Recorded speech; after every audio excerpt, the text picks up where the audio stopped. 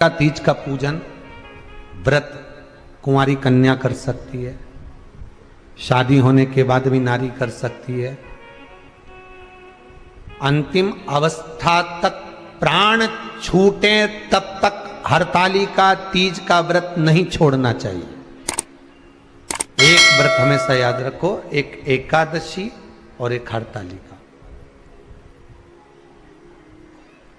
हाँ, इतना जरूर है, ज्यादा शरीर बेकार हो गया, बुढ़ापा आ गया, शरीर नहीं साथ दे रहा, तो कुछ फल खा लो, कुछ चाय दूध जूस आप लेकर कर लो। इतना भी नहीं बने, शरीर बहुत ही बेकार हो गया, तो आप एक समय फल का फलहार धारण कर लो, ठीक है। पर हरतालिका व्रत करने वाली माताएं भले उद्यापन कर दे तो उस व्रत को थोड़ा हल्का कर लो। उद्यापन करा मतलब तुमने व्रत को हल्का कर लिया, थोड़ा हल्का कर सकते।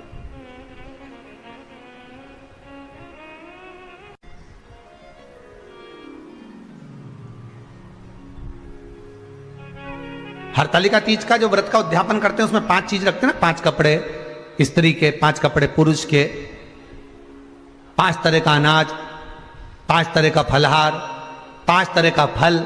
तो 5 तरह का जो फल रखाता है हरतालिका तीज के उद्यापन में, दुनिया के लोग उस 5 तरह के फल को केला गिन ले, पपीता गिन ले, मौसम्बी गिन ले, और अनार गिन ले, संतरा गिन ले, सब कुछ गिन लेते हैं, पर उस 5 तरह के फल में धतूरे को नहीं गिनते। पर शिव कथा में वर्णन आता है, हरतालिका तीज के उद्यापन में लिखा हुआ है, सबसे पहले 5 फल अगर गिनना है तो उसमें पहले धतूरे को गिनो, क्योंकि शंकर को वो प्रिय होता है, शंकर उसको स्वीकार कर लेता है। और धतूरा शंकर भगवान को क्यों चढ़ाया जाता है उसका प्रसंग आपको पहले भी कहा, आज फिर कहते हैं। धतूरा जब हम भगवान शंकर को समर्पित करते हैं तो हमारा कोई कार्य अटक रहा होता है, जिस कार्य को बार बार एग्जाम में बैठे हो, बार बार परेशान हो रहा है, बार बार इंटरव्यू देने जा रहे हो, नहीं हो रहा, एक बार धतूरे को हृदय से भगवान को प्रेम से, करुणा सागर मेरे शंकर को दिल से एक बार वो धतूरा भगवान से विनती कर कर उसको चढ़ाओ तो सही, भगवान तुम्हारा कार्य सफल कर देगा। पर दिल से चढ़ाना, हृदय। हरतालिका तीज की पूजन करने वाले को चाहिए कि बालू का, मिट्टी का शिवलिंग बनाना चाहिए। फुलेरा जो बनाया गया है ऊपर शंकर जी के ऊपर लटकाने के लिए, टांगने के लिए, उसके नीचे शिव पार्वती गणेश जी की सुंदर बालू की मूर्ति बना लेना चाहिए, पार्थिव लिंग का निर्माण कर लेना चाहिए। शिव की आराधना करना चाहिए।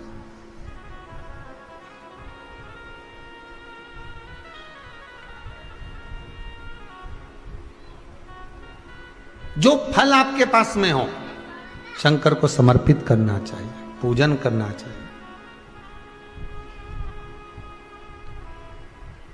आराधना करो। सबसे पहली पूजन हरतालिका तीज की प्रदोष काल के अंतर्गत हो जाना चाहिए, शाम के समय पर। प्रयास करा करो प्रदोष काल के समय पर पहली पूजन हो जाए तो ज़्यादा अच्छा। पर लोगों की आदत रहती है कि 8 बजे तक, 8:30 बजे तक, 9 बजे तक पहली पूजन करें, फिर दूसरी आराम से, फिर तीसरी, फिर आराम से, फिर चौथी। तो ऐसा सब अपने अपने हिसाब से। पर शास्त्र रीति कहती है कि प्रदोष का जो समय होता है, प्रदोष काल जो होता है, शाम का जो समय होता है, उस समय पर हरतालिका तीज की पहली पूजन हो, जिससे आपका स्मरण चित्त शंकर भगवान में उस घड़ी, उस पल, उस क्षण में आप शिव के हो जाएं और शंकर आपका हो जाए। हाँ, अगर किसी के आने में देरी हो,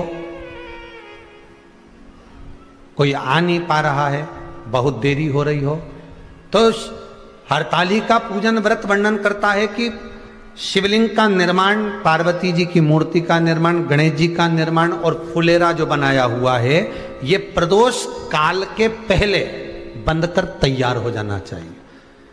प्रदोष काल के अंतर्गत फुलेरा नहीं बनना, फुलेरा पहले बन जाना चाहिए। और बहुत विशेष बात ध्यान रखिए हरतालिका तीज की, कि शंकर जी का जो अपने स्वरूप बनाया है, पाटे में, थाली में, चौकी पर, चौरंग पर जो स्वरूप बनाया है, वो पहले नहीं रखना है। पहले क्या बांधना है? फुलेरा। पहले फुलेरा बांधिए, उसके बाद उसके नीचे शंकर जी को रखिए। कई अब जो हरतालिका तीज का पूजन करते हैं तो उनके लिए हो गया, अब दूसरे के लिए भी सुन ले।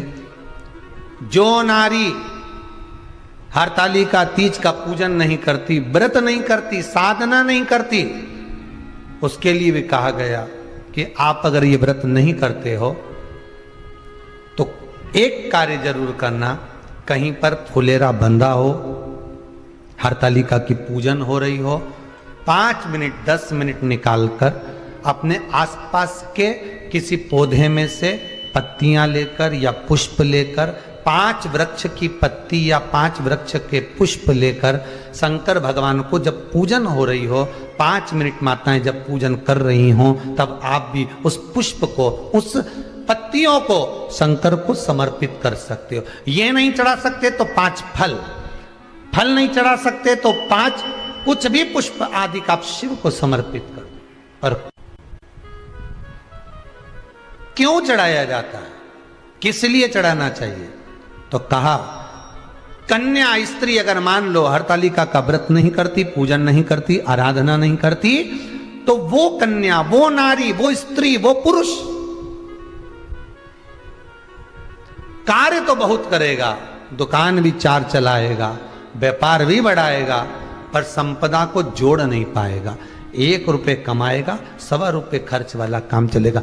हस्त नक्षत्र में जो तृतीया पड़ती है, हस्त नक्षत्र के अंतर्गत जो तृतीया का महत्व कहा गया है, वो संपदा को बढ़ाती है, मनोकामना को पूर्ण करती है। इस नक्षत्र के अंतर्गत जो तृतीया आती है वो मनोकामना को पूर्ण कर कर चली जाती है। इसलिए शिव की आराधना के लिए प्रथम माने। हस्त नक्षत्र में किया गया दान, हस्त नक्षत्र के अंतर्गत तृतीया के दिन किया गया पुण्य, हस्त नक्षत्र में तृतीया के दिन किया गया श्रृंगार, हस्त नक्षत्र में तृतीया के दिन करा गया अपना सुंदर सिंदूरा, भगवान का आनंद, 5 तरह के वस्त्र, 5 तरह के स्त्री के वस्त्र, पुरुष के वस्त्र, 5 तरह का फल, 5 तरह का अनाज, ब्राह्मण को बुलाकर ब्राह्मणी के साथ आप या तो ब्राह्मण से उद्यापन करवाएं या फिर आप स्वयं भी करते हैं तो शिव को समर्पित करके ब्राह्मण और ब्राह्मणी को भोजन कराकर वो भाग प्रदान करें। यही हरतालिका तीज के उद्यापन का वर्णन आता है। सुंदर भाव से हरतालिका माता आप सभी की मनोकामना पूर्ण करे। हर हर महादेव।